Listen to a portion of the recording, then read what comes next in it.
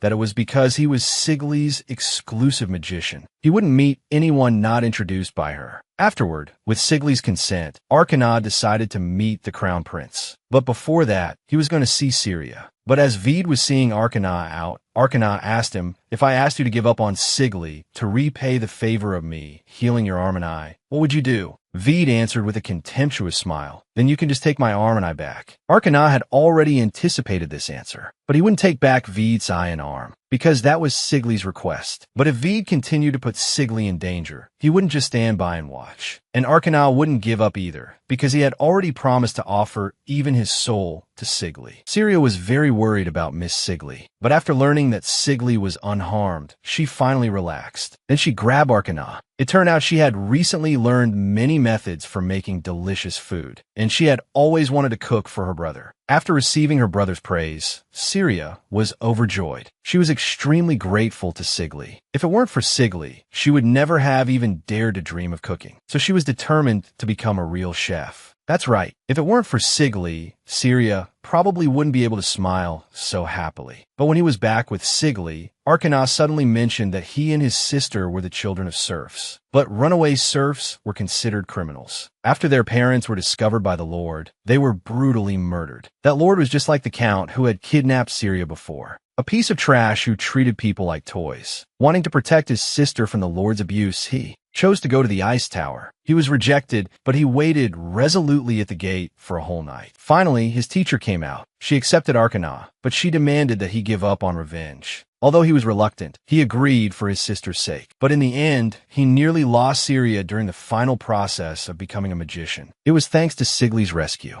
If it weren't for Sigley, he probably would have completely descended into darkness, just like the Sigley of the previous life. So Sigley not only saved him, she saved his future. Therefore, he decided to dedicate his entire future to Sigley and be her magician for life. Afterward, Sigley suggested visiting the place where Arkana lived as a child to erect a memorial for his parents. Arkana was deeply moved. Sigley was also very happy. This exchange of past secrets made her feel that their relationship had grown closer. But what neither of them knew was that, at this moment, a pair of eyes outside was staring intently at them. The next day, the group had an audience with the Crown Prince again. The Duke standing beside them was very curious about Sigley, but was stopped by Vede. Afterward, they sat down and began to report their experiences on the snowy mountain. They had encountered armored soldiers, but there was nothing inside the armor. Someone had cast magic on the armor, making it move like a puppet. The armor's power source was this spiritual power core embedded in the sword. Arkana then gave his assessment. The spiritual power core came from a spiritual power user from another country, or was harvested from a user from the past. He suspected all of this was related to the magician organization he was tracking. They have a motive for collecting spiritual cores, and it's highly likely they've joined forces with the Emperor. That's why they are under suspicion. But regardless of whether the Emperor is cooperating, the thing they want is the same: eternal power, which means immortality. And to obtain life, one must usually pay the price of a life. Connecting this to the Emperor's formation of the Royal Guard, the Crown Prince couldn't help but feel a chill, because he had heard a piece of news. The Emperor was planning to demolish the slums. Although the emperor had tried several times before, he had always failed. Sigli, who was very experienced with this, explained that they would use the excuse of dangerous elements hiding in the slums to conduct searches and apply pressure. Then, it would be announced that after the incident is over, anyone who hasn't left will be regarded as a traitor committing treason. Then the royal guard will be sent to clean up the traitors. Anyone who dares to resist is a rioter. In her past life, Sigli had carried out these acts without a second thought. But now, no matter what, she had to prevent all of this from happening. The crown prince also figured it out. It seemed the third prince was also part of the plan. The place where the third prince disappeared was the mountain range connecting the north and the west. The intention was clearly to pin the blame on the west, framing them for rebellion. The central region would surely not be suspicious. At that time, His Highness the Crown Prince would be framed as a prince colluding with the West in an attempt to seize the throne. And the third prince would likely play the part of an internal whistleblower, tearfully reporting his brother's conspiracy to their father. So it was time to decide how to deal with Prince Rudinal. If the emperor really has joined forces with magicians for the sake of immortality, they must find a way to obtain proof. With conclusive evidence, they could depose the emperor on the grounds that his mental state has become a problem. So the next objective was for everyone to gather evidence. Afterward, the crown prince had Sigli and the others stay behind. He thanked Arkana for his help. He then asked a favor of Sigli. He wanted her to join the Akshwites. As a spy, she could also gather materials to be used as evidence. After all, there weren't many people the crown prince could trust, and Sigli had already received an invitation once. Veed hurriedly tried to stop her, but Sigli accepted the mission, because as long as she could stop the emperor, she was willing to do anything, even dangerous things. As for the matter of the third prince, Veed took on the task himself. He also wanted to hear what the third prince had to say. The third prince probably assumed Veed had already been killed by him and had let his guard down. But considering the danger involved, Arkana volunteered to accompany Veed. This way, Sigli could also rest easy. Only Veed seemed less than willing. But Sigli was looking at him with an expectant expression. Just as he was about to joke with Sigli, she dodged far away from him. Even the crown prince couldn't bear to watch anymore and called Arkana over to discuss business, leaving the two of them some space. Veed then asked her, "Are you uncomfortable being with me? Is that why you have to dodge whenever I get close to you?" Sigli stammered, not knowing how to explain. She just felt she was acting strange, because every time Veed got close, her heart would beat so fast. Hearing this, Veed leaned in even closer. He knew what was happening to Sigli, so he couldn't hold back any longer. He told Sigli that he didn't just like her, he loved her. "I love you, Sigrid Enkeltenna." As Veed expressed his love, word by word, Sigli was stunned. But in her nervousness, she accidentally pushed Veed over. Just as she was about to get up, Veed wrapped his arms around her and asked for her answer. Sigli was terribly nervous and didn't know how to reply. So Veed proposed, "Why don't we try dating? We could try for 3 months. If it really doesn't work out, then so be it." And just like that, Sigli foolishly fell into his trap. When they came out, the two people waiting outside were simultaneously stunned by Veed's insufferably smug expression. In truth, the crown prince was under immense psychological pressure from his brother's betrayal and was starting to doubt himself. Veed noticed this. He advised the crown prince to go see Ariel. At this moment, the crown prince needed support more than anyone. Ariel was overjoyed to see Sirius's. She also knew that compared to her own stress from the impending childbirth, Sirius's, who was about to become a father, was under even greater pressure. But just as she finished comforting Sirius's, she felt a sharp pain in her abdomen. Sirius's immediately panicked and called for help. For the next few hours, the crown prince, who had been kicked out of the room, paced back and forth in anxiety. Just as he was feeling incomparably tormented and worried, the sound of a baby's cry shattered the darkness. Ariel had finally given birth successfully. Moreover, she looked just like Sirius's, and it was a girl. The family of 3 smiled happily. Due to the birth of the imperial granddaughter, the imperial capital was filled with a festive atmosphere. Although she was a girl, she was the crown prince and his wife's first child. So Her Highness the Princess was welcomed with cheers from everyone. Amidst this festive atmosphere, Sigli met with Gwingrin and Marie. They were very worried about Sigli, but she was afraid they would be in danger if they knew the truth, so she had to lie to them. However, upon learning that Sigli and Veed had started dating, their attention was diverted. After the initial gossip, they grew more concerned. After all, Veed used to be a playboy. Afterward, Sigly also told them about her plan to join the Royal Guard. Only then did she find out that both Morris and Arkelto had been accepted into the Royal Guard. Sigly was very worried about them. If they were to be assigned to carry out the slum demolition plan, it was truly hard to imagine. After the gathering, Marie couldn't help but remark that they seemed to have become much closer to Sigly. She had never imagined they would become so familiar, especially since they had disliked each other so much just a few months ago. Now, they couldn't help but worry about her. It seemed they had truly become good friends. Gwingren felt the same way. It was precisely because they liked Sigly that they found her so precious. Afterward, Gwingren prepared to pull some strings for her precious friend. At the Illison Marquis, Gwingren found her fiancé, Haitian Illison. She had come to learn about matters concerning the Royal Guard. The nobles were all dissatisfied with its formation, but the emperor had insisted on creating it anyway. And considering the emperor's personality, he might use it to eliminate certain people. So the Royal Guard placed a great deal of pressure on the nobility. It was Gwingren who had suggested to her fiancé that they be wary of the Royal Guard. She guessed that Sigly's reason for joining the Royal Guard wasn't so simple. Her fiancé understood instantly. He would cooperate and try to apply some pressure so the emperor couldn't focus on internal control. As long as there was chaos, many vulnerabilities would be exposed. But he found it strange. Gwingren interfering in politics for a friend, it wasn't like her. Gwingren felt that Sigly was the kind of person who would come save her no matter what danger she was in, simply because they were friends. A few days later at the Imperial Palace, Sigly had an audience with the emperor and brought up joining the Royal Guard. To her surprise, the emperor warmly welcomed her. What was even more unexpected was that the person handling her paperwork was none other than Eret. Moreover, Eret had already been promoted to the position of team leader. In addition, in the lounge, she saw Arkelto and Morris. Upon learning that the three of them knew each other, Eret grouped them into a temporary team. The two immediately grew curious about how Sigly had transferred here. Sigly didn't explain, instead congratulating them on their successful promotions. The newly formed Royal Guard had yet to receive any orders, so everyone had been idle lately. Afterward, Sigly went to change into her uniform. Arkelto, meanwhile, started persuading Morris to confess his feelings. Morris figured it out as well. He had to muster his courage and try once before it was too late. After trying on the uniform, Sigly was surprised at how poorly it fit. She had to take it to be altered, so for the time being, she could only wear her Knight Order uniform. Just then, the third prince popped out. He missed Sigly very much and kept showing off the results of his recent diligent studies. Then, the third prince began to beg Sigly to teach him swordsmanship. Little did he know, this was the beginning of a nightmare. First came hellish physical conditioning. Then came hellish strength training. And after that came hellish aura training. By the time the third prince returned at the end of it all, he felt like he was floating. When Sigly returned, she found the two of them waiting for her. Perhaps wanting to help Morris create an opportunity to confess, Arkelto suggested the three of them go out for a celebratory drink. The three of them then went to a tavern. But when Arkelto learned that Sigly actually had a boyfriend, he was stunned. Sigly then explained her contract relationship with Veed to them. A dejected Morris lost his appetite for drinking. He then sent Arkelto away and walked Sigly home alone.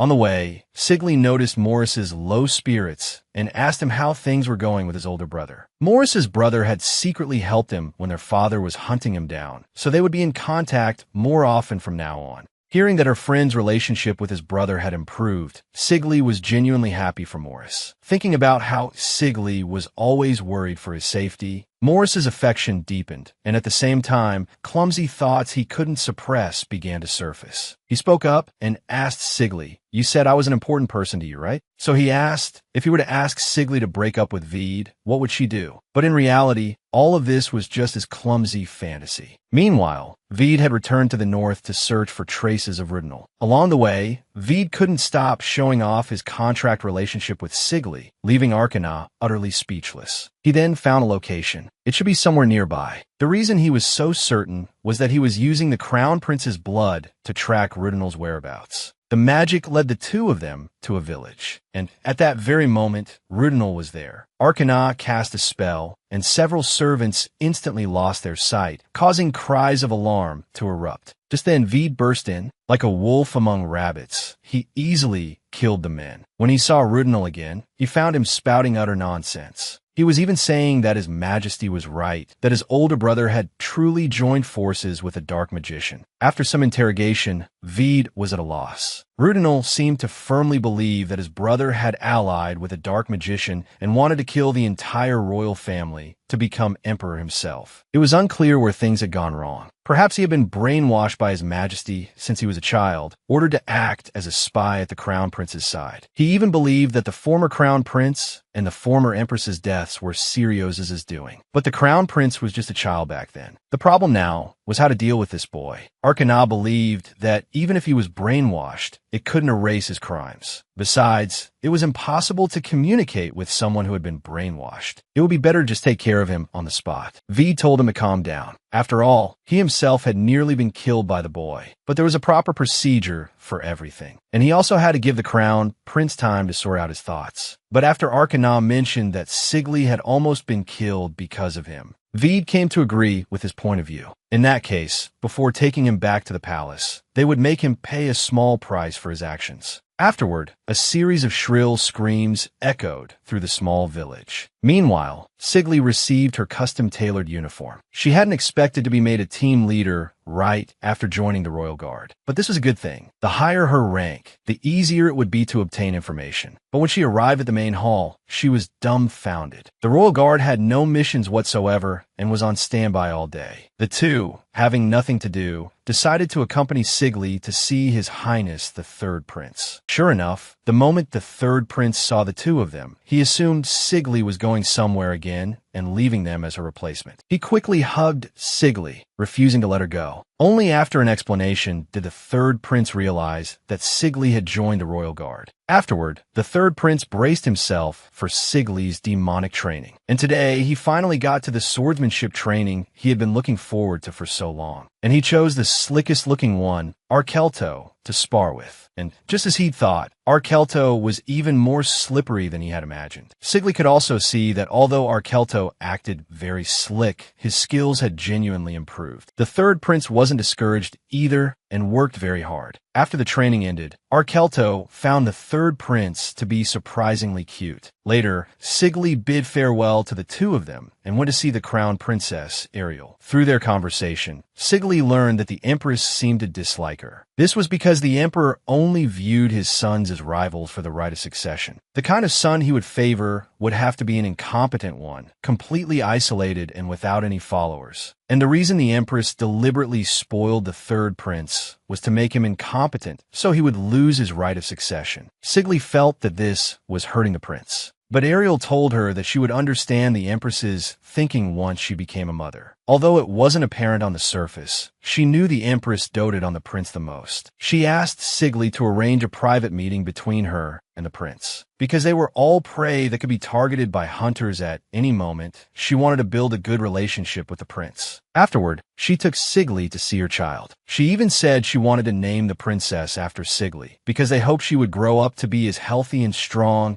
as the Empire's first female master swordsman. This, however, made Sigli extremely flustered, so the Crown Princess had to choose her backup option. But she sincerely hoped the child would grow up healthy. Sigli said that she would help protect her as well. After that, Sigli finally returned home. Syria found Sigli, saying she had something to tell her. But she didn't expect that Syria's way of having something to say was to present a table full of delicious food she had made. It turned out Syria was desperate to improve, but she also knew Sigli couldn't give her any advice. She had also completely mastered the book Sigli had given her. So she started writing letters to the book's author. The author, perhaps recognizing Syria's passion and dedication to cooking, not only replied, but also invited Syria to his estate to formally study cooking under him. And this author turned out to be from the Lunatil ducal house. He was the head chef of Vede's older brother's household, so Syria wanted to ask Sigli to write a letter of recommendation. Sigli naturally agreed. Syria was deeply moved. She was grateful to Sigli, who had saved her and given her a new life and a dream. And Sigli, in turn, said that Syria and Arcana were like family to her. Hearing this, Syria was even more moved. She hugged Sigli tightly, calling her sister over and over. Afterward, Sigly thought of Arkana and Vede. She wondered how long it would be until they returned, only hoping for their safe arrival. A few days later, Arkelto and the third prince were having a blast playing together. The prince had grown very fond of Arkelto. Arkelto also loved playing with the prince, as it reminded him of his own younger siblings. Morris, however, felt that the prince disliked him because he didn't know how to interact with children. Sigly was surprised. She hadn't expected that the kind and good-natured Morris would also have trouble getting along with people. Thinking of his earlier fantasy, Morris felt he wasn't qualified to be called a good person. Just then, a figure appeared. Sigly hurried over. It was Vede who had returned. The other two, taking the hint, also took their leave. After learning that both of them were safe, Sigly's anxious heart finally calmed down. Just as Vede pulled Sigly into a hug, telling her how much he'd missed her, Sigly pushed him away. Because Sigly was undercover, after all, so Vede had no choice but to suggest asking her out on a date on her day off. After all, Sigly had promised him a date. As Sigly was returning home with a nervous heart, she saw the brother and sister in the midst of a tense atmosphere. It turned out Arkana had found out about Syria's plan to go work in a noble's house. Because of the previous incident with the Count's family, Arkana was triggered. Who knew what kind of person this man, writing to his sister, was? But Syria refused to back down, feeling that the situation was different now. Moreover, her brother's words made Syria feel that her brilliant magician brother always thought he was right,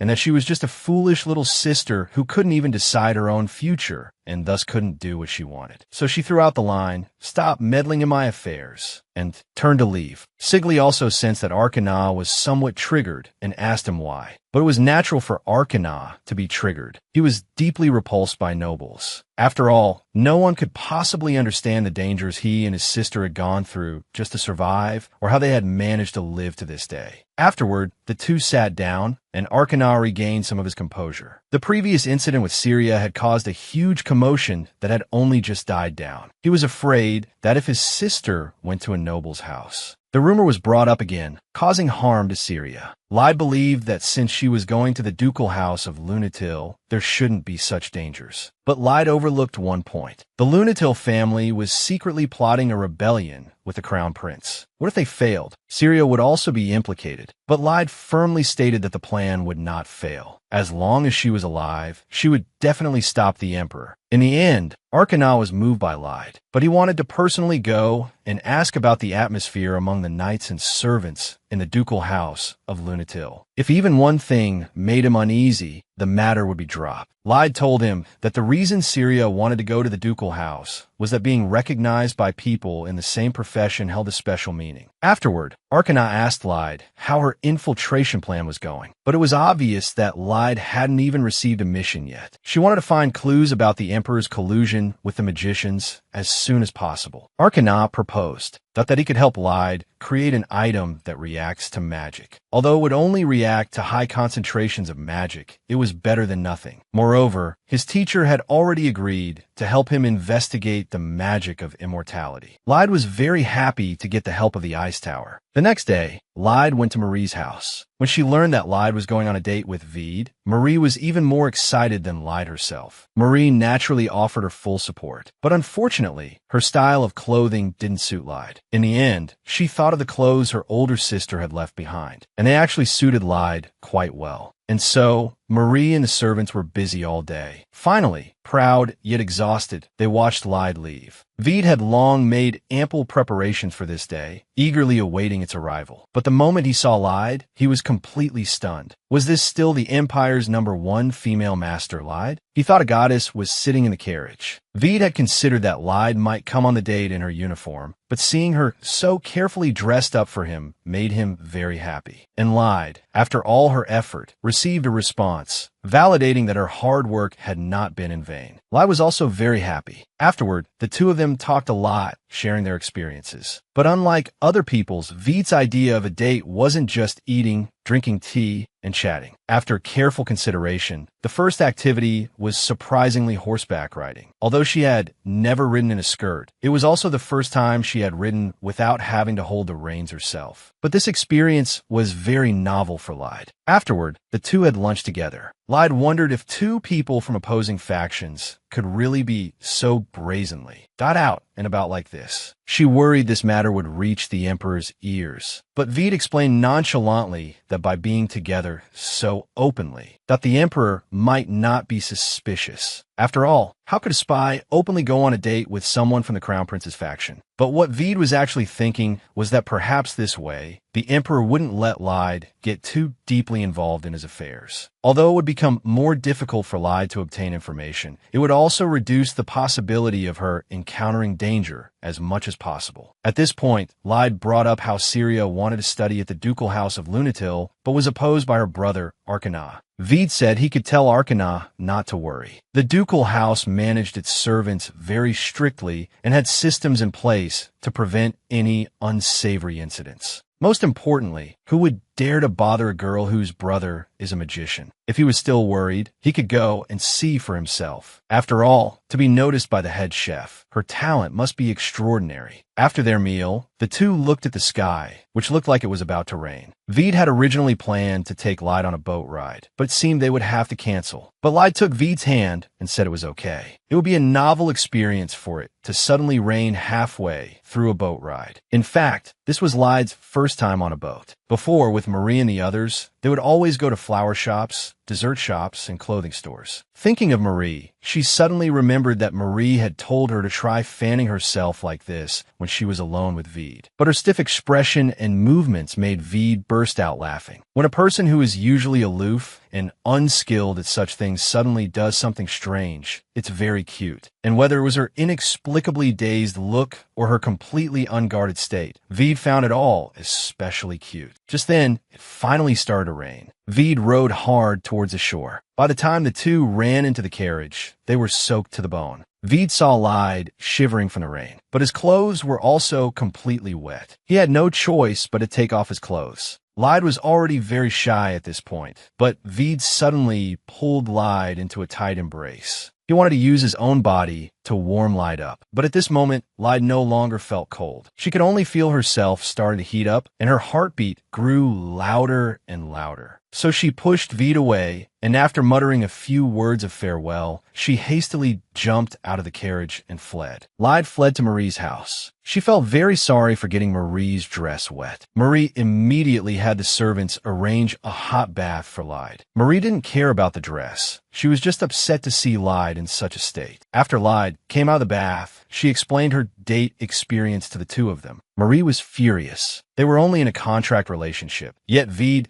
took off his clothes and hugged Lyde. That was sexual harassment. But in truth, Lyde didn't feel offended or disgusted. She just felt her heart beating very fast. She was afraid Vede would also hear her heartbeat, so she was a little flustered. Only then did the two realize that Lyde wasn't disgusted with Vede, but actually liked him. Seeing the adorable Lyde so flustered, as if caught in the whirlpool of love, the two of them immediately broke into doting smiles. Afterward, the two gave Lyde a lot of advice. If she wanted to maintain a proper distance from Vede, she didn't necessarily have to become his lover. Or another option was to honestly tell Vede all her inner thoughts. After comforting Lyde, the three of them slept together in Marie's bed. Remembering Gwingren's words, Lyde decided to have a good talk with Vede tomorrow. The next day, when Lyde went to work, she was teased by Arkelto, who felt her aura was different. He asked if something good had happened. Lyde hadn't noticed the change in herself, until an attendant found Lyde to tell her the Emperor had summoned her. Just then, Morris stopped her and said, "Your state today is not at all like a knight's. If you're going to see His Majesty, you should control your expression." He then turned and left. On the way to see the Emperor, Lyde recalled saying similar things in her past life. Those girls who joined the Knight Order. But was it just to fall in love? They didn't look like knights at all. How improper. Now, having realized she liked Vede, she couldn't help but feel a little excited herself. So she immediately adjusted her composure and went to see the Emperor. The Emperor then asked Lyde if she was loyal to him. He confessed that from the moment Lyde said she wanted to join the Royal Guard, he couldn't help but suspect her because Lyde had refused to join before. Such intentions were too obvious, making him wonder if Lyde was a spy or just a foolish knight. But he heard that yesterday, Lyde had gone out with Vede and had a very pleasant time. This convinced him that Lyde was not a spy, but merely a fool. A person so close to the center of power, yet with absolutely no political intuition. Therefore, the emperor believed Lyde was a perfect pawn. He asked Lyde if she knew about his son's disappearance. Lyde naturally answered that she did not. He wanted Lyde, starting today, to gather information about the crown prince through Vede. He then threatened Lyde, saying that if she refused this mission, he would not spare her colleagues. And for the emperor, disposing of a commoner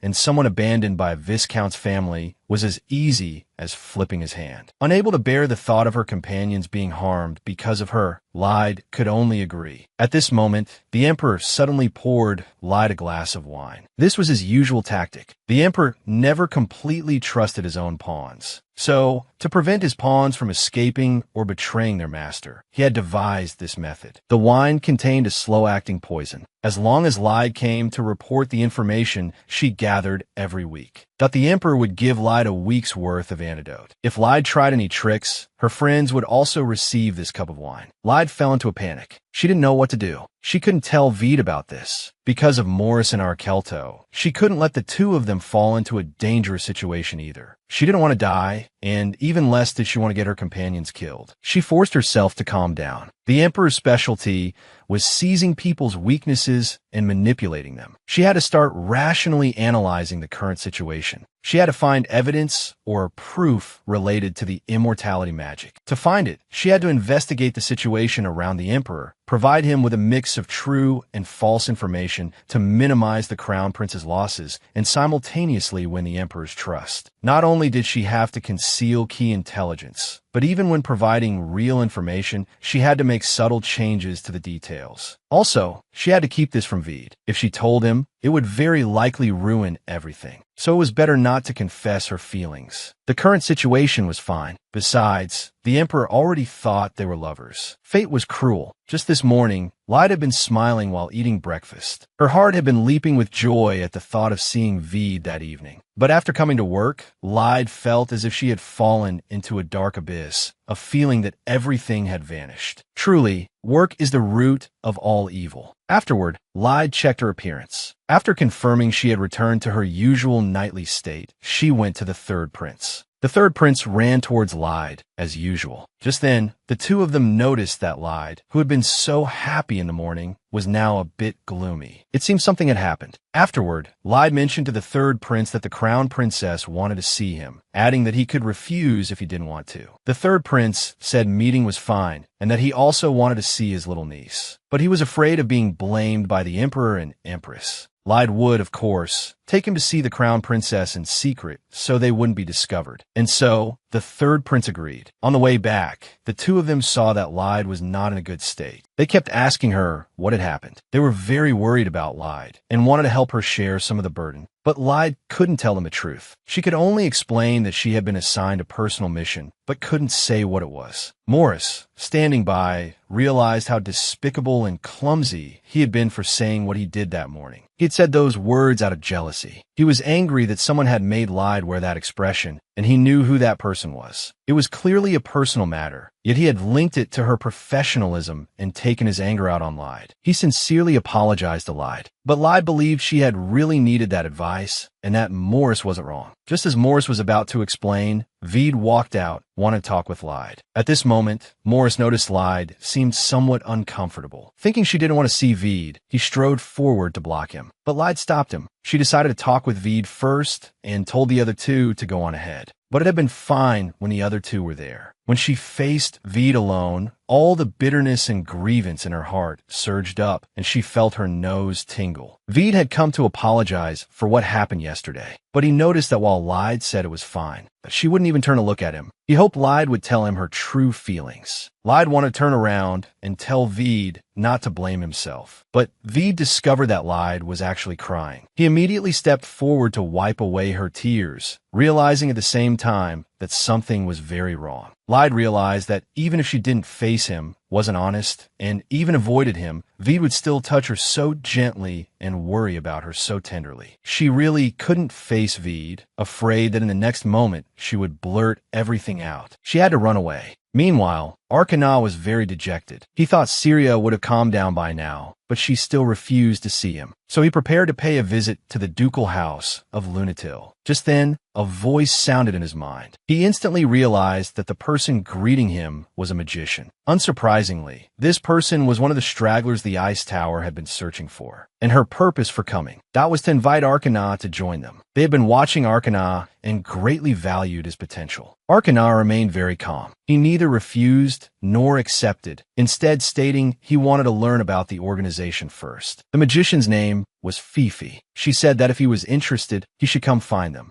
After leaving a teleportation coordinate in Arkana's hand, she vanished. Arkana had a sudden realization. This was how the stragglers found magicians, and then completely severed the connection between them and the ice tower. However, for Arkana, who wanted to investigate them, this seemed to be a good thing. After returning home, Arkana encountered an unexpected person. The visitor was none other than Veed. When Veed told Arkana about all of Lyde's strange behavior that morning, Arkana's first reaction was, "Excuse me, may I kill you?" After some deduction, the two of them suspected that if Lyde was hiding something, that matter could very likely bring her danger. But neither of them knew what exactly had happened to Lyde, so they could only keep a close eye on her condition. Arkana also told Veed about his encounter with the straggler. He planned to go alone, but assured Veed he had a way to escape, so there was no need to worry. Before leaving, Veed told Arkana that regarding Syria wanting to learn cooking, his brother had agreed. But Arkana said he wasn't ready to let his sister go to a place like that. He was unwilling to let his sister become a student to some sinister old nobleman. But Veed told him that their head chef, Sam, is a woman. This gave Veed an opportunity to mock him, advising Arkana not to be prejudiced against the place just because it's a noble residence. The House of Lunatil is a place that only values skill, and Sam is especially like that with her subordinates. Jumping to conclusions without even looking is not a good habit. This mockery made Arkana very embarrassed. Although it was well-intentioned, the two of them, without realizing it, they had developed a sense of rivalry. After Veed left, Arkana, who was about to go back inside, suddenly discovered that Syria was eavesdropping, though it was unintentional. She had just heard a noise and came out to check, worried about Lyde, and ended up hearing everything. After explaining, Syria tried to run away, but was stopped by Arkana. Looking back, he realized his sister had grown up so much. In Arkana's mind, his sister had always been an incredibly fragile child who couldn't do anything and couldn't manage without his protection. But on second thought, the maids always asked her first about household matters. All the affairs of the house were handled by his sister, even without him, but she managed her work very well. So he agreed to let Syria go to the House of Lunatil to study cooking. But you can't live there, because if Syria isn't here, no one will manage this house. After all, Syria plays an important role here. Having received her brother's approval, Syria was overjoyed. The two finally ended their Cold War. Syria was in an excellent mood and prepared to put her cooking skills to good use for tonight's dinner. Just then, Lyde walked in. When Arkana saw her, he jumped in shock, because although he knew Lyde had cried that day, he hadn't expected her to cry so hard that her eyes were swollen. He quickly asked Lyde what on earth had happened. Lyde finally told Arkana everything. Arkana asked Lyde what she planned to do.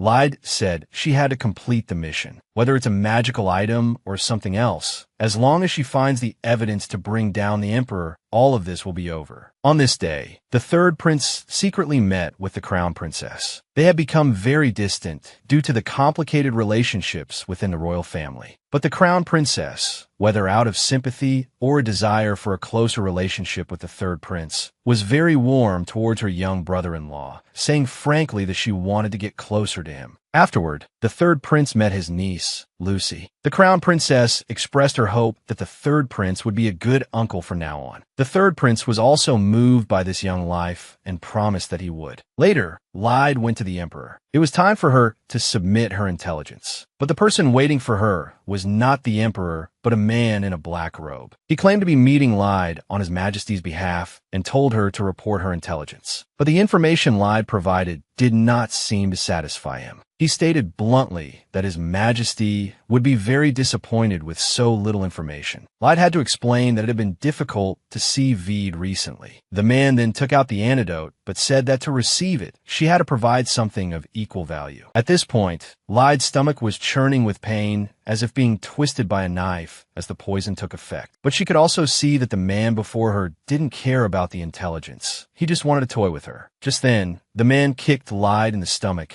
verbally humiliating her relentlessly. Only then did the Emperor slowly appear, chiding the man for treating their precious informant in such a way. He then instructed the man to leave the medicine and withdraw. He then explained that this person was his confidant, named Adolf, and that he had only sent Adolf to collect intelligence, not expecting such a thing to happen. Lide knew this was just the Emperor's lie. He had clearly been eavesdropping from the next room. He had deliberately allowed the man to do so, wanting Lide to firmly remember the poison's effect to better control her, because that's who the Emperor was, a complete and utter scoundrel. Meanwhile, the more Arcana thought about it, the more something felt wrong. For someone as strong as Lide to cry until her eyes were swollen. Even if she was threatened, she shouldn't have broken down like that. He didn't understand the Emperor and couldn't deduce what kind of methods he might have used. So he chose to secretly meet Veed and told him everything. Only then did Veed understand that the Emperor was making Lide get information from him. So even if Lide was unwilling, she had to continue pretending to date him. He humbly assumed that Lide's recent contradictory actions were all because she was being forced to accept his affection. But Veed still believed that Lide would not pass the information on to the Emperor completely intact. And their biggest problem right now was not actually Lide, but the second prince. The second prince was tied to a series of the Emperor's plans, but now he was hidden by them. If the Emperor wanted to continue his plans, he would definitely need to know if the second prince was still alive. This also gave them some breathing room. Therefore, they needed to protect the second prince first. Once everything was over, the second prince would also have to face the consequences of his crimes. Afterward, Arcana told Veed that he was going to meet the stragglers the next day and prepare to leave. But Veed hesitantly stopped him and for the first time thanked him sincerely. After thinking it over, Veed decided not to tell the Crown Prince about this matter. The Crown Prince was already sensitive. If he began to suspect Lide, she would gradually be excluded from the Crown Prince's faction. And once Lide lost her ability to gather intelligence, the Emperor might use some other means to threaten her. Back with Lide, as she walked through the palace, she recalled how that Adolf's attitude had been extremely arrogant and how he claimed to be the Emperor's confidant. Lide guessed that he must be a magician. Just then, she suddenly stumbled, her steps unsteady. It was probably because she had gotten the medicine too late. Her body still felt very unwell. Her eyes were still stinging painfully. At that moment, Lide saw a group of maids in the corridor, but they turned and ran. Only then did Lide realize her mouth was covered in blood. Afterward, Lide went to a fountain to wash her face. But Veed walked over and handed her a towel. Seeing the blood on Lide's face, Veed froze. Lide tried to make an excuse, saying she was just tired. It seems you even spit blood when you're tired. Afterward, Veed carefully wiped the blood from the corner of Lide's mouth. He was very worried about her, but all Lide could think was how her heart raced whenever Veed got close. She had no choice but to push Veed away. Veed instinctively thought that Lide was rejecting him, but he still pulled Lide to him, even though he knew it was selfish. But he couldn't hold back and leaned in close. Just then, Morris walked over and saw the scene. He saw the unnatural look on Lide's face and assumed it was disgust at Veed's actions. He grabbed Veed. Morris, about to lose his temper, was pulled back by Lide. Morris didn't understand at all. He tried to explain to Lide, even if you're lovers, you don't have to force yourself to accept this. But Lide still stopped Morris, saying she might have something to discuss with Veed. Since Lide said that, Morris couldn't say anything more and had to turn and leave. It's just that Morris's retreating figure looked like a clown. Just then, Lide noticed that Veed didn't seem to be in a good state either. But neither of them could voice their concerns. They could only stand up and part ways. But at least from Lide's condition, just now, the burst capillaries in her eyes, her pale complexion, Veed could easily deduce that the Emperor must have poisoned her. After parting from Veed, Lide returned to Morris's side. Morris found it strange. Lide had such a troubled expression. She could clearly send Veed flying with one punch, yet she stood still and let him bully her. In truth, Lide didn't understand what was wrong with her either. She always found it hard to be herself in front of Veed. The reason Morris said all this was that he also wanted to confess his feelings, but he lacked the courage. In the end, he told Lide to go back and rest, saying he would explain to the prince. Meanwhile, with Arcana, he had assumed the stragglers' base. That would be in an underground slum or a cave. He never expected them to be so out in the open located right in the capital city center. Just then, the woman from before, Fifi, came to welcome Arcana. They were completely unafraid about their high-profile residence because they hadn't committed any crimes. They even arrogantly stated that it didn't matter if they were discovered, because their backer was none other than His Majesty the Emperor. And Fifi couldn't care less about the Emperor's status, because to her, the Emperor was less noble than magicians like them. As expected, the stragglers were seriously delusional. After entering the room, he saw more stragglers, and Fifi began to introduce them to Arcana. Except for their leader, Adolphe, who was absent, everyone else was here. This meant there were only 5 stragglers. Fifi insisted that with Arcana, there would be 6, and that their relationship transcended that of family. And their ultimate goal was to devour this empire. Afterward, Fifi took Arcana to see a room. The number of magical formulas here was enough to shock Arcana. They included all sorts of magical formulas, even one for extending life, though it was still incomplete. Although they hadn't succeeded, they had already conducted numerous experiments. And if they were to truly extend the Emperor's life, it would require killing many people. Arcana realized more and more that this group was truly dangerous. They viewed all humans, aside from magicians, as nothing more than worthless consumables. If the Empire fell into the hands of the stragglers, the result could be even more terrifying than the Emperor attaining eternal life. So Arcana used the excuse that his sister was waiting for him to go home for a bit. Even though Fifi was very unhappy, she softened and agreed after seeing Arcana's warm smile. But Arcana only felt disgusted. He could tell the other stragglers weren't very bright, which meant their leader, Adolphe, was the key figure. When he reached his door, he saw Lyde sitting on the ground. After a closer look, he could see Lyde's complexion was clearly very poor. Arcana wanted to heal her. The reason for Lyde's pale face was simply because of Vide. She truly didn't know how to handle the situation anymore. Arcana knew Lyde had a lot buried in her heart, but he didn't want to force her to speak. He just told her that if she had something on her mind, she must tell him whenever she was ready. Hearing this, Lyde was deeply moved. Arcana truly understood her.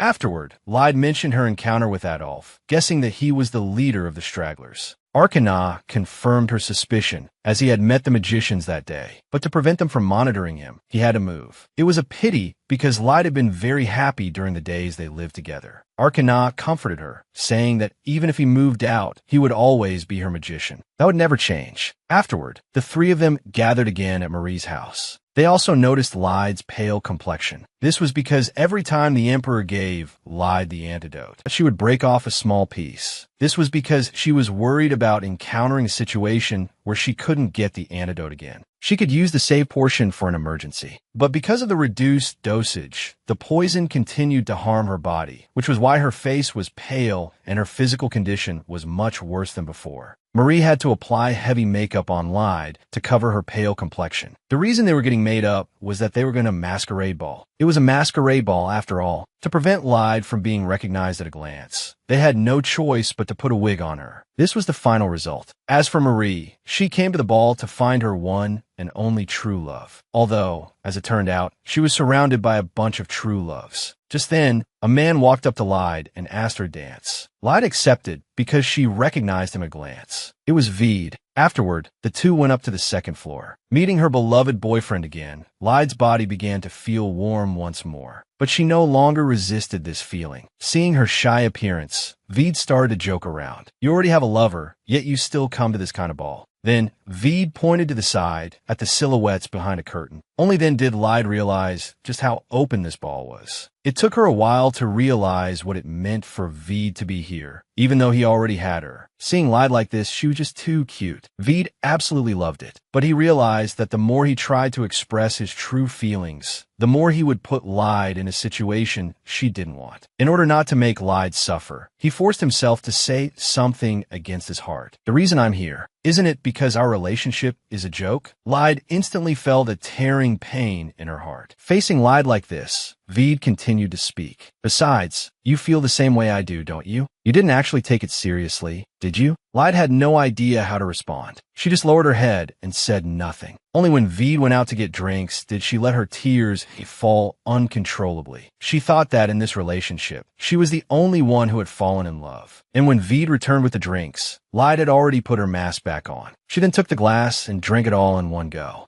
Lyde thought that drinking would soothe the turmoil in her heart, but it seemed to be of no use. But hearing Veid's concern for her, she couldn't help but take off Veid's mask to see his real expression, to see if he truly looked concerned. But at such a close distance, Veid could no longer hold back his affection and kissed her, just as he thought Lyde would be repulsed, and then scold or hit him, relieving his guilt. Lyde instead hugged him tightly, responding passionately. The kiss lasted for a long time. It wasn't until the wine glass was knocked over and fell downstairs that they came to their senses. But Veid continued to fan the flames. This successfully annoyed Lyde, because after just one kiss with Veid, she was already feeling dizzy. But for Veid, this level of physical contact seemed to mean nothing to him. At this thought, Lyde immediately fled. Veid was really something else, shattering everyone's goodwill all by himself. As for the fleeing Lyde, she had no choice but to go to Gwendolyn and cry her heart out. Seeing Lyde so heartbroken, Gwendolyn quickly got up to find Marie, preparing to head home. However, just as Lyde was spacing out alone on the sofa, a hand suddenly reached out from behind her and handed Lyde a letter. It was from the Empress, who wanted to see Lyde. Later, in the carriage, Lyde told her sisters about what happened with Veid. Unexpectedly, what the two of them cared about was how it felt to kiss Veid. They also realized something. It seemed Lyde had truly fallen for Veid. So Marie encouraged Lyde. If you like someone, you should go for it. Since he didn't say he didn't want to be with you anymore, then be more proactive. If you feel he's indifferent, then go and seduce him. After you've made your move, if you're still rejected, then they will cry with their sister and drink together. They would curse Veid while comforting Lyde until she felt better. It was too early to cry now. That wasn't like Lyde at all. Hearing her good sister's idea, Lyde immediately cheered up. Gwendolyn was suddenly a little impressed with Marie. She had only thought of comforting Lyde, not at all realizing that what Lyde needed was this kind of advice. Afterward, Lyde got out of the carriage and went home alone. Only then did she realize the wig was still on her head, and she didn't know how to take it off. In her despair, she ran into Morris. Learning of Lyde's predicament, he normally wouldn't laugh unless he couldn't help it. Morris then offered to give it a try. But when he walked up to Lyde, Morris realized that Lyde had been crying, and he immediately guessed it was because of Veid, because Lyde was a resilient woman. If there was one exception for someone like her, it would have to be that man. Thinking of this, he finally couldn't hold back. If it were me, I would never make you cry. So please, choose me, Lyde. Lyde looked at this familiar face, which suddenly seemed so strange. It wasn't until Morris showed his simple and honest expression that she felt it was the familiar Morris. But then Lyde realized that Morris actually liked her and was confessing to her, and that he had unknowingly fallen for her a long time ago. Although Lyde didn't know how to respond, she still subconsciously rejected him. But she also felt terrible, because having just felt the sting of rejection herself, she knew all too well the pain of being rejected. But what she didn't expect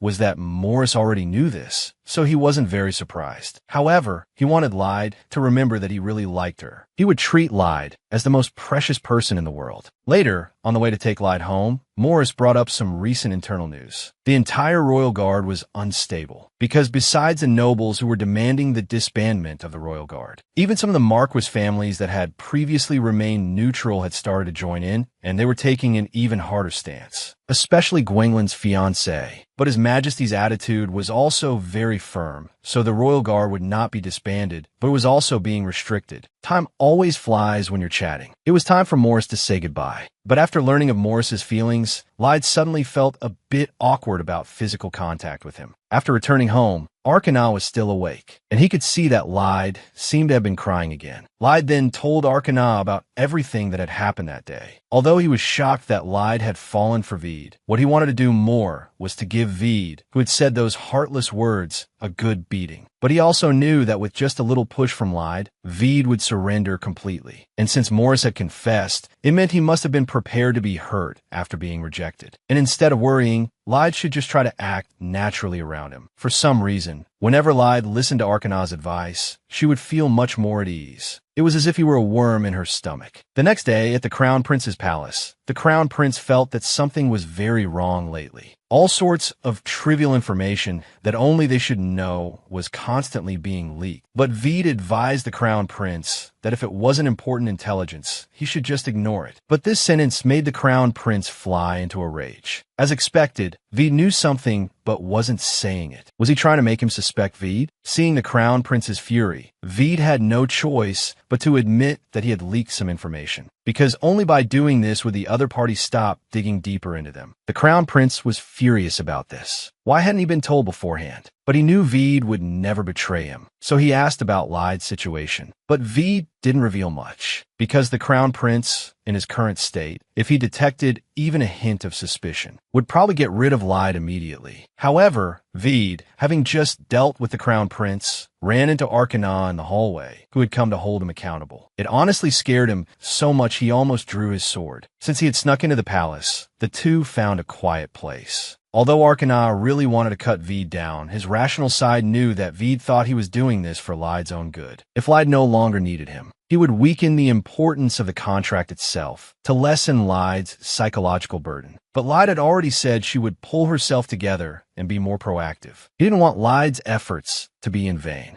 So he gave Vede some advice. This method of claiming it's for the other person's good wasn't great. But who knew? Vede understood this better than anyone. And the reason he had to do it was, Lyde was too important to him. He didn't want Lyde to get hurt in the slightest. But in truth, whether it was getting closer or keeping his distance, he no longer knew what to do. Seeing Vede's hesitant appearance, Arcana had to tell him about Morris confessing to Lyde. If you don't want to hurt her, you should be the one to protect her. Unless you really want to see Lyde smiling happily in someone else's arms. That's all the hint I'll give. Next, Arcana started talking about serious business. That life-extending magic. To perform that ritual, a room must be prepared in advance. Then, the lifespans extracted from the slums will be transferred via a magic circle into that prepared room. The main quest has probably changed. Find that prepared room. Arcana guessed it should be within a 1-kilometer radius of the slums. Vede understood his mission and then asked about Arcana's situation. Arcana's side was quite safe, except that Adolf was wary of him, especially Fifi. She seems to trust him a lot. He didn't know if she was naive or just stupid. However, if they wanted to complete the magic circle, they would need Arcana. On this matter, they definitely couldn't exclude him completely. At this moment, Vede suddenly asked if there was any analysis magic. Hearing Vede ask this, Arcana instantly understood what was going on with Lyde's recent condition. But magic isn't omnipotent. He first needed to find out what kind of poison Lyde was afflicted with. With that said, Arcana turned into blue smoke and disappeared from the room. And Vede, after Arcana's guidance, had also thought it through. Rather than watching Lyde be happy or hurt because of someone else, it was better to keep her by his side and protect her himself. At this moment, Lyde arrived at the park where she had once gone on a date with Vede. She found the carriage mentioned in the letter, the one with a yellow flag. She had come as promised to meet Her Majesty, the Empress. Actually, the Empress really wanted to reprimand Lyde, because the third prince had not only started studying seriously, but had also stopped causing trouble. Her son, whom she had hidden so well, had broken out of his shell because of Lyde and seen the world. But this also meant her son was exposed to danger. But at the same time, she trusted Lyde very much. She believed Lyde could protect the third prince. Then, the Empress slowly removed her veil. Underneath the veil was a face bruised black and blue.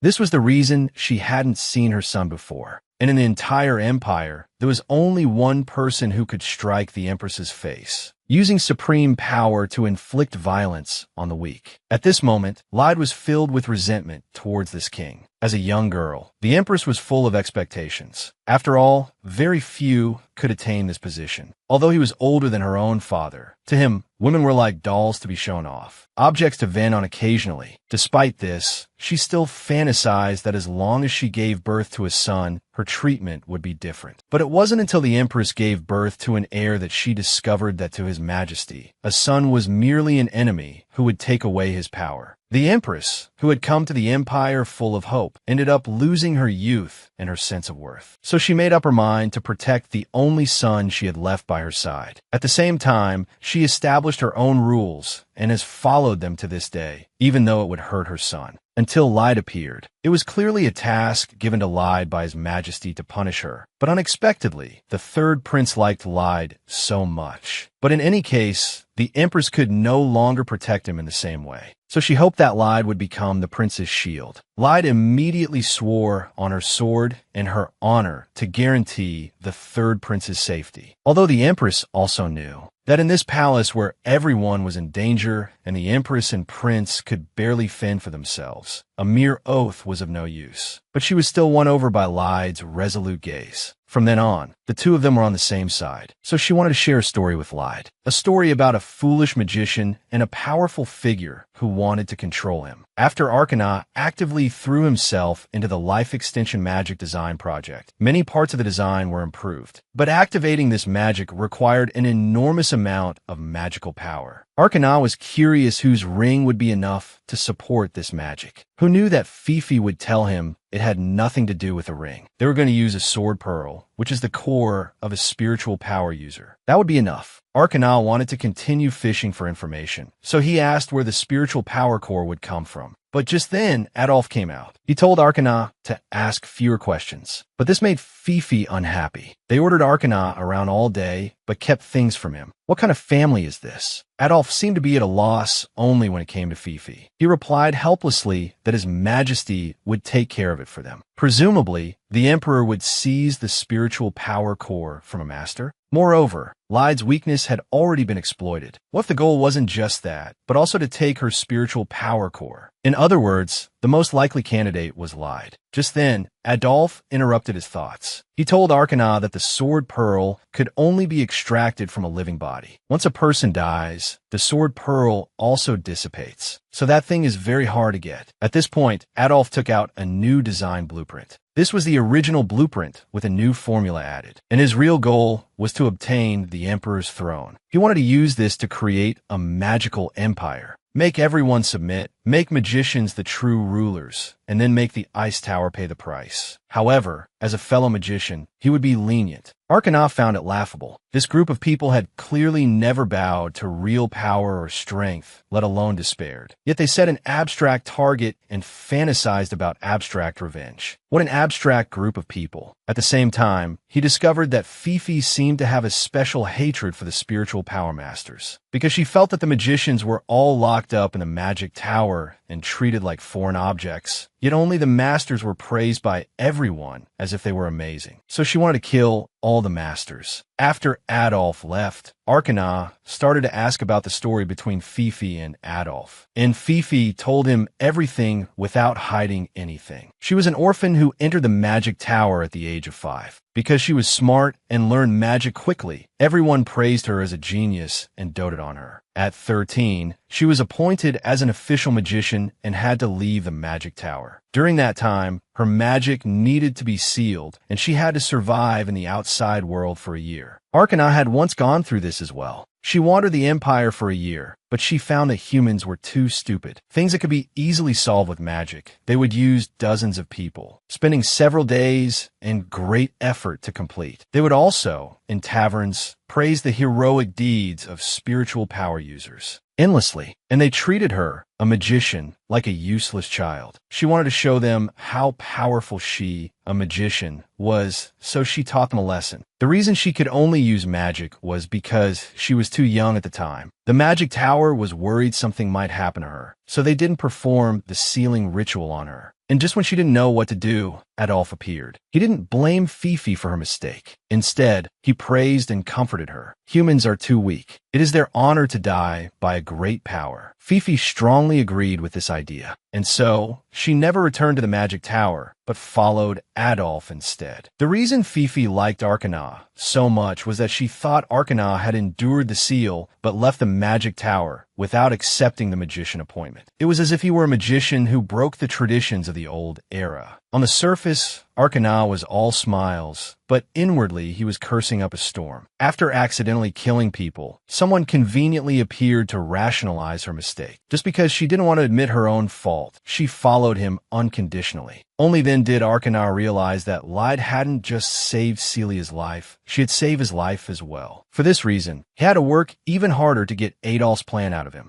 This day, Veed came looking for Lyde, but ran into Morris. But Morris didn't want to give him any information because he was the culprit who made Lyde cry. And when it came to matters concerning Lyde, Vede discovered he seemed like a different person. He was no longer that simple and honest Morris. He even menacingly warned Vede to get out of Lyde's world. Alk had to smooth things over, telling Vede that Lyde wasn't feeling well today, so she didn't come. And at this moment, Lyde, just as Alk had said, was very sick. It felt like the whole world was on fire. But then she felt someone beside her. Forcing her eyes open, she discovered it was Vede. Vede scolded her for being so stubborn in her condition. You have such a high fever, yet you didn't call a doctor. He had no choice but to first wet a towel and place it on Lyde's forehead to cool her down. And Lyde, contrary to her usual self, proactively grabbed Vede and asked him to stay with her. Coincidentally, the Kana siblings had just moved out not long ago. Faced with Lyde's persistent high fever, Vede was also at a loss. Who knew that at this moment, Lyde would grab Vede's hand and say, "Kiss me." Vede was greatly shocked. Lyde actually thought this would make her forget that she was sick. Vede had to force himself to be calm and kissed her. At the same time, he didn't forget to teach Lyde that you can breathe through your nose when you kiss. Lyde thought Vede was still so calm, but she felt her heart beating as if it were about to jump out of her chest. Little did she know, Vede's heart felt like 1,000 armies were stampeding through it. On top of that, Lyde asked him to lie there with her. Vede completely lost his composure. Lyde thought Vede was already used to this, but Vede explained that he had never done this before. Lyde was the first. Those were all rumors and slander. However, when Lyde really leaned against Vede's chest and heard his racing heartbeat, she realized Vede wasn't wrong. He only appeared calm on the surface. So it turned out she wasn't the only one who reacted this way. At this thought, Lyde suddenly felt inexplicably at ease and hugged Vede tightly. And just like that, she fell soundly asleep. As for Vede, our handsome man, he was feeling a bit uncomfortable. If you know. Just then, Vede's family doctor arrived. This led to this ultimate scene of social death. The doctor quickly saw that Lyde was overworked, but couldn't identify the cause of her illness. But after Vede pulled her outside, the doctor finally learned that she had been poisoned. And the doctor judged